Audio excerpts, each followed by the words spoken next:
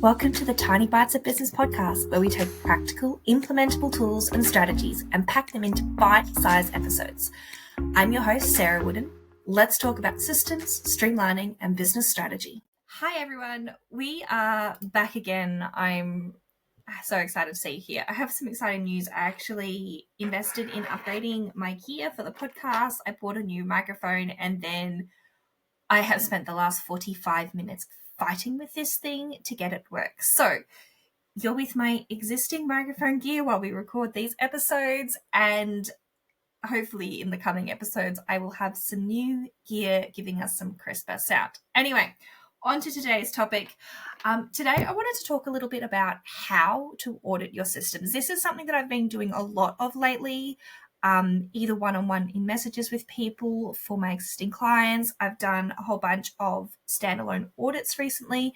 This is something that a lot of people are thinking through is my tech actually working for me, and where do I even start with that? So the first thing I want you to do is go through and find a list of all of the software that you are signed up to, that you are currently using, and mark the ones that you are paying for, noting how much you are paying for them. Next to that, I'd really love you to write what it is doing for you. So you can do this in a really simple spreadsheet. Write what it is, if you use it, how much it is, and what it is doing for you. So let's take a bit of a picture at the expense of the software that you're using, how many pieces that you have in your tech stack, and are they actually serving you? So let's take an example of Canva as an example. So I would write down Canva. I would write down, yes, I am absolutely using it. I use it every day. I would write down the cost of what I'm currently paying, which I think off the top of my head is about $18. And then I would write down the functions that it does for me. So it allows me to create ebooks, to create templates, to create social media posts, to do my video editing. I do a whole bunch of stuff inside Canva for that one fee.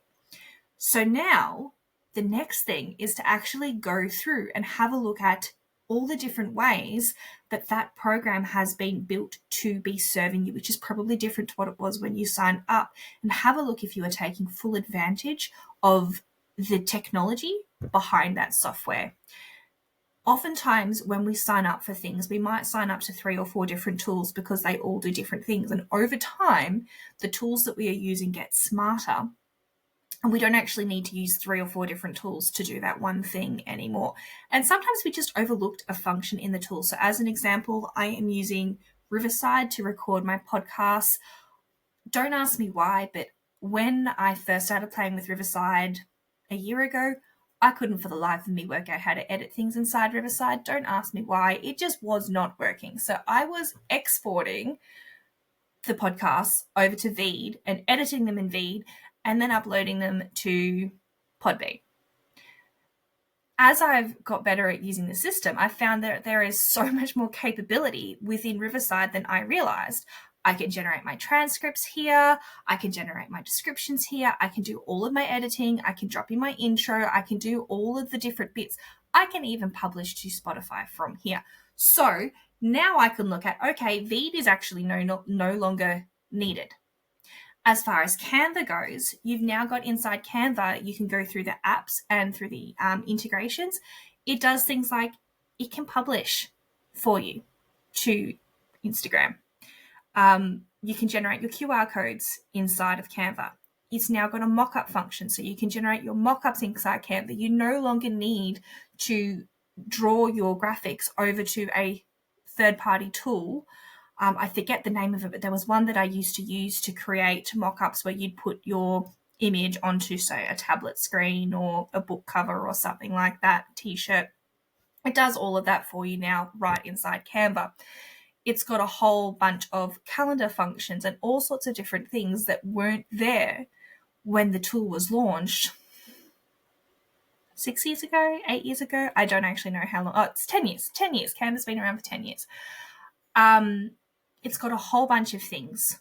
Document creation. So as you look through the tools that are currently in your tech stack, highlight the ones that are really valuable to you for what they are as is. So this might be your customer management system. This might be your email management system. This might be a marketing tool or a customer portal, project planning tool, whatever it is going to be, highlight the ones that really work really well for you and focus on their integrations. Because if you can keep those tools that work really well for you and take something else out of the tech stack because it's actually superfluous, it's no longer needed, you now have fewer things to be connecting up and making work for you. So as far as auditing your tools, the first step is understanding what you actually have in your tech stack. Are there things that you actually just literally don't use, that you don't even need to be, especially if you're paying for them? Make sure you cancel them. Are you making the most of the tools that you have? Have you explored all the functions recently?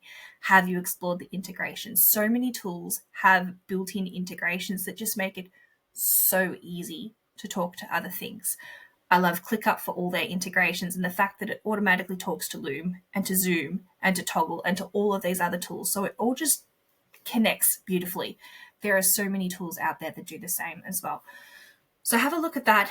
In the coming episodes, I'm going to break down a little bit more in detail how to audit particular tools. But for today, take some time to look at exactly what it is that you have, what you are paying for, how much you're paying for it. Is it serving you? And are you taking full advantage of the whole range of tools that are available within that program? And does it actually erase the need for another tool? Have a look at that. We will talk back soon. Bye.